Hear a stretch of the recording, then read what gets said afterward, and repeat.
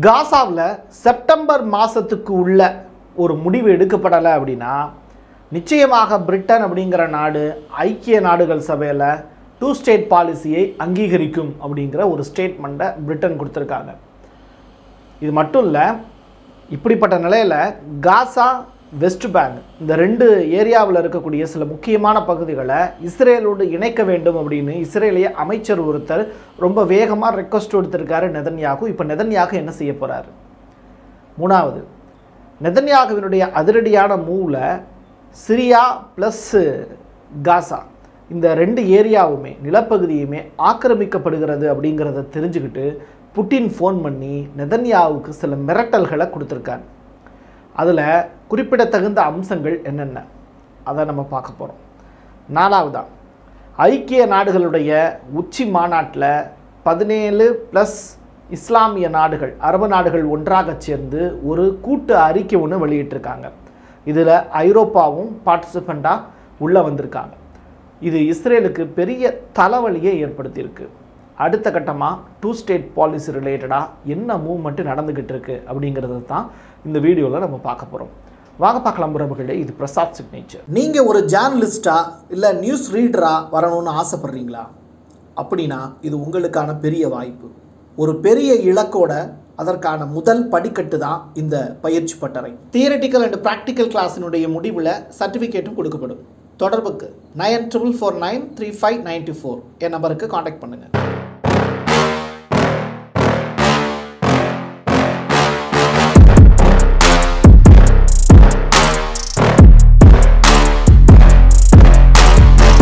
காசாவில் அமைதி திரும்புவது தொடர்பாக அமெரிக்கா எடுத்து வரக்கூடிய முயற்சியில் ஈரான் தலையிடுகிறது அப்படிங்கிறது ட்ரம்பினுடைய குற்றச்சாட்டு.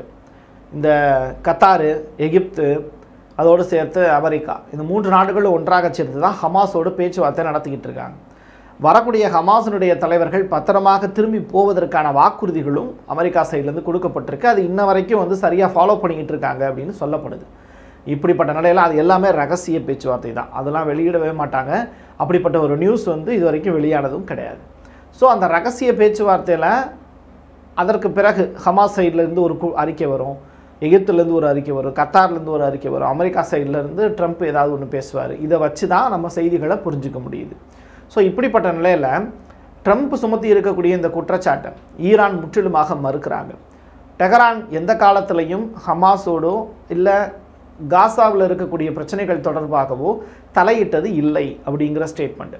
ட்ரம்ப் அப்படி பேசுகிறாருன்னா அது ஆதாரபூர்வமற்றது, அப்படி ஏதாவது ஆதாரம் இருந்ததுன்னா கொடுங்க பேசுவோம் அப்படின்னு ஈரான் இப்போ ஓப்பன் ஸ்டேட்மெண்ட்டாக அறிக்கை கொடுத்துருக்காங்க.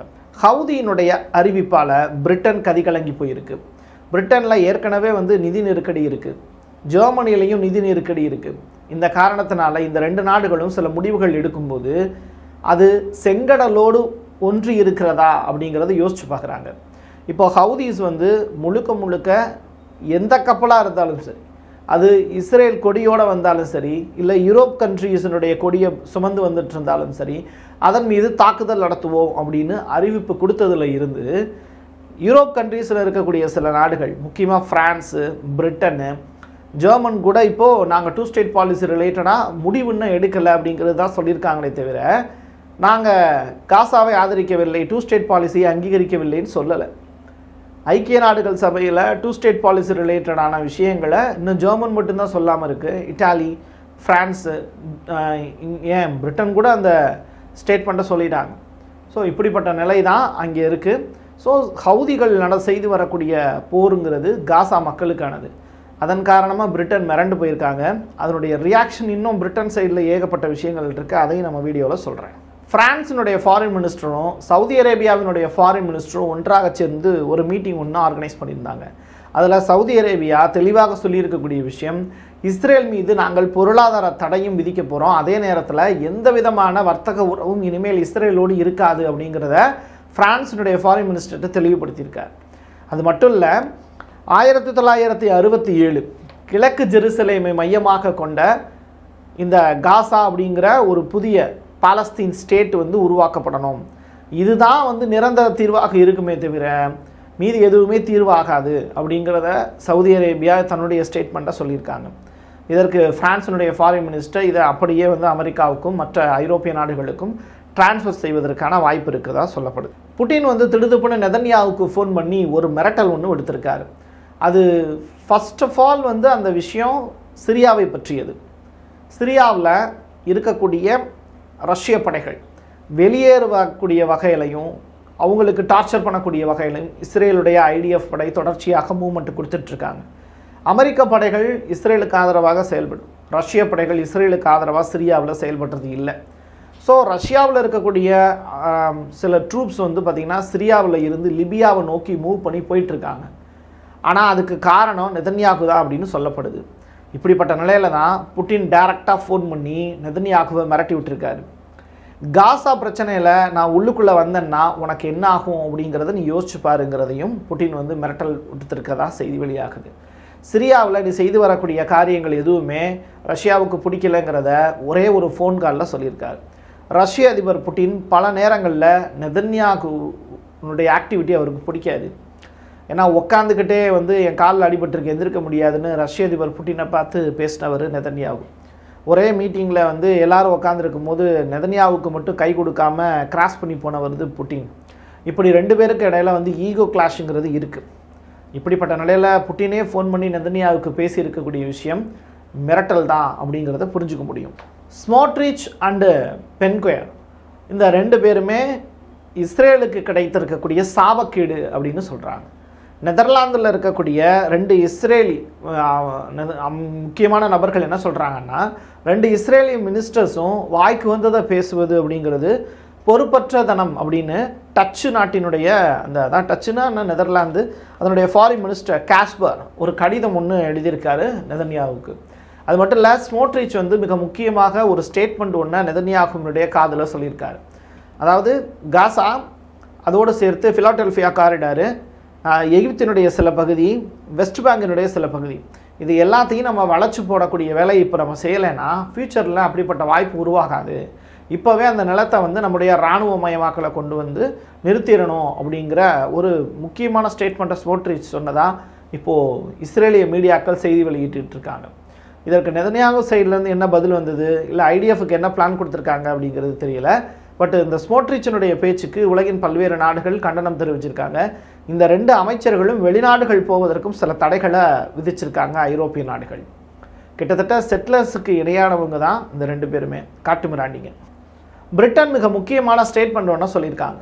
செப்டம்பர் மாதத்துக்குள்ள இஸ்ரேல் இந்த 2 ஸ்டேட் பாலிசி அப்படிங்கிற ஒரு விஷயத்தை அங்கீகரிக்காமல் இருந்ததுன்னா நிச்சயமாக ஐக்கிய நாடுகள் சபையில் பாலஸ்தீன் சொல்லிட்டு ஒரு ஸ்டேட்டை நாங்கள் உருவாக்குறதுக்கான வேலையை செய்ய தொடங்கிடுவோம். பாலஸ்தீன்கிற ஸ்டேட்டை அங்கீகரிப்போம். ஹமாஸ் வந்து பணைய கைதிகளை வந்து விடுதலை செய்யணும், அதே நேரத்தில் நிராயுதபாணியாக நிற்பதற்கு சம்மதம் தெரிவிக்கணும். இந்த மாதிரியான விஷயங்கள்லாம் அவங்க செஞ்சாங்கன்னா நிச்சயமாக செப்டம்பர் மாதத்தில் நாங்கள் ஐக்கிய நாடுகள் சபையில் எங்களுடைய குரலை வலுவாக பதிவு செய்வோம்னு இப்போது பிரிட்டனுடைய ஸ்டாமர் வந்து ஒரு முக்கியமான ஸ்டேட்மெண்ட்டை கொடுத்துருக்கார். இதற்கு காரணம் பிரிட்டன் முழுவதும் நடந்து வரக்கூடிய பாலஸ்தீன ஆதரவு போராட்டங்கள் தான். பிரேசில் அதிகாரப்பூர்வமாக இனிமேல் இஸ்ரேலோடு எந்த வர்த்தகமும் கிடையாது அப்படிங்கிறத அறிவிச்சிருக்காங்க. பிரேசிலுடைய பிரசிடென்ட் லூலா அவர் இன்டர்நேஷ்னல் கிரிமினல் கோர்ட் ஆஃப் ஜஸ்டிஸுக்கு இந்த தென்னாப்பிரிக்கா தொடுத்திருக்கக்கூடிய வழக்கு அதோடு சேர்த்து தாங்களையும் இணைத்துக் கொள்வதற்கான பெருமுயற்சியில் ஈடுபடுறாங்க. எப்படியாவது நெதன்யாகுவை ஜெயிலில் கொண்டு போய் அடைக்கணும்னு லூலா எடுத்திருக்கக்கூடிய முயற்சிக்கு பல்வேறு தரப்பினரும் வாழ்த்துக்களை தெரிவிச்சுக்கிட்டு இருக்காங்க. மார்ஜோரி டெய்லர் இவங்க யாருன்னா வந்து இனப்படுகொலையை பற்றி பேசியிருக்காங்க. குடியரசுக் கட்சியை சேர்ந்த காங்கிரஸினுடைய பெண்மணி இவங்க எங்கள் அமெரிக்காவில். அவங்க உணவுப் பொருட்களை காசாவுக்கு கொடுக்காமல் இருக்கிறதுக்கு நெதன்யாகு சொல்லக்கூடிய காரணங்கள் எதுவுமே ஏற்புடையதல்ல. நெதன்யாகு ஒரு பொய்யன் அப்படிங்கிறதெல்லாம் மாற்று கருத்து இல்லை. அவர் ஒரு இனப்படுகொலையாளர் அப்படிங்கிறதுலையும் எங்களுக்கு மாற்று கருத்து இல்லை. அப்படிப்பட்ட நிலையில் தொடர்ச்சியாக அமெரிக்காவினுடைய அதிபர் செய்து வரக்கூடிய அந்த உதவி அப்படிங்கிறது இஸ்ரேலுக்கானது. இஸ்ரேலுடைய மக்களை பாதுகாக்க வேண்டியது எங்களுடைய வேலை. அதே நேரத்தில் பாலஸ்தீனுடைய மக்களுக்கு உணவுப் பொருளை கொடுக்காமல் தடுக்கக்கூடிய நெதன்யாகுவை கண்டிக்க வேண்டியதும் இந்த அரசினுடைய கடமை அப்படின்னு அவங்க பேசியிருக்காங்க. 17 அரபு ப்ளஸ் முஸ்லீம் நாடுகள் ஒன்றாக இணைந்து யாரோட ஐரோப்பிய நாடுகளோடு ஒன்றாக இணைந்து ஒரு கூட்டு பிரகடன அறிக்கை ஒன்று வெளியிட்டிருக்காங்க. ஐக்கிய நாடுகளுடைய சபைக்கான உச்சி மாநாடு இருக்குல்ல, அதில் சில கையெழுத்துகளும் போடப்பட்டிருக்கு. ஹமாஸுக்கு இதில் கண்டனம் தெரிவிக்கப்பட்டிருக்கு. அக்டோபர் 7 அப்போ ஹமாஸ் செய்தது தவறு அப்படின்னு அரபு நாடுகள் இப்போ ஒத்துக்கிட்டு இருக்காங்க அப்படிங்கிற தகவல். அதே நேரத்தில் இந்த உண்மையை அவங்க ஏன் சொல்கிறாங்க அப்படின்னா, பாலஸ்தீனுங்கிற தனி ஸ்டேட் உருவாகணும் அப்படின்னா ஹமாஸ் நிராயுதபாணியாகணும், அதே நேரத்தில் 2 ஸ்டேட் பாலிசியை உலக நாடுகள் அங்கீகரிக்கணும். இதைத்தான் அரபு நாடுகளும் இஸ்லாமிய நாடுகளும் வலியுறுத்துகிறது அப்படிங்கிறது தான் இந்த பிரகடன அறிக்கை சொல்லக்கூடிய விஷயம். ஈரானுடைய நாடாளுமன்ற உறுப்பினர் ஒருத்தர் ரொம்ப கேஷுவலாக ஒரு ஸ்டேட்மெண்ட்டை சொல்லியிருக்கார். அது ஆனால் ரொம்ப பெரிய விஷயம். நெதன்யாகுவினுடைய வீட்டுக்கு வெளியிலேயே நாங்கள் சிசிடிவி வச்சு அவரை கண்காணிச்சுக்கிட்டு இருக்கோம் அப்படிங்கிறது தான் அந்த செய்தி. இது ரொம்ப ரொம்ப ஷாக்கான ஒரு நியூஸ். இந்த 12 நாள் போர் நடந்த காலகட்டத்தில் இஸ்ரேலுடைய வீடுகள் இருக்குல்ல, ஒவ்வொரு வீடுகள்லையுமே ஈரான் தன்னுடைய சைபர் தாக்குதலை நடத்தி அந்தந்த வீடுகளில் இருக்கக்கூடிய ஆக்டிவிட்டி எல்லாத்தையும் கண்காணித்தாங்க. இதை நம்ம பிரசாத் சிக்னேச்சர் அந்த 12 நாள் போர் நடந்த டயத்தில் சொல்லியிருந்தோம்.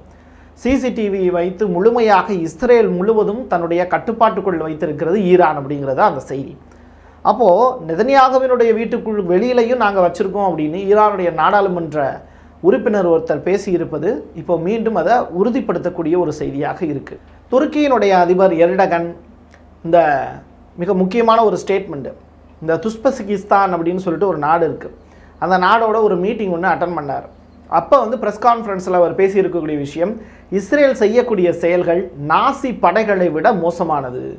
ஜெர்மனில் எப்படி யூதர்களை கொன்றதை உலக மக்கள் அங்கீகரிக்கலையோ அதே மாதிரியான ஒரு செயல்பாட்டை இப்போ நெதன்யாகு செஞ்சுக்கிட்டு இருக்காரு. இதுக்கு உலக நாடுகள் கண்டனம் தெரிவிச்சுக்கிட்டு இருக்காங்க. திறந்த வெளி சிறைகளாக வதை முகாம்களாக மாறி இருக்கக்கூடிய காசா, அதில் வாழக்கூடிய 20 லட்சம் மக்களை காப்பாற்ற வேண்டியது, 2 ஸ்டேட் பாலிசியை அங்கீகரிக்க வேண்டியது உலக நாடுகளின் கடமை அப்படிங்கிறத மீண்டும் ஒரு முறை நினைவுபடுத்தி நிறைவு செய்திருக்கிறார் எர்டகன் அவர்கள். என் கையெழுத்து என் மக்களுக்கானது உறவுகளே. மீண்டும் ஒரு பதிவில் சந்திக்கலாம். நன்றி, வணக்கம். நீங்கள் ஒரு ஜேர்னலிஸ்டா இல்லை நியூஸ் ரீடராக வரணும்னு ஆசைப்படுறீங்களா? அப்படின்னா இது உங்களுக்கான பெரிய வாய்ப்பு. ஒரு பெரிய இலக்கோட அதற்கான முதல் படிக்கட்டு தான் இந்த பயிற்சி பட்டறை. தியரிட்டிக்கல் அண்ட் ப்ராக்டிக்கல் கிளாஸினுடைய முடிவில் சர்டிஃபிகேட்டும் கொடுக்கப்படும். தொடர்புக்கு 94493594 என் நம்பருக்கு காண்டாக்ட் பண்ணுங்கள்.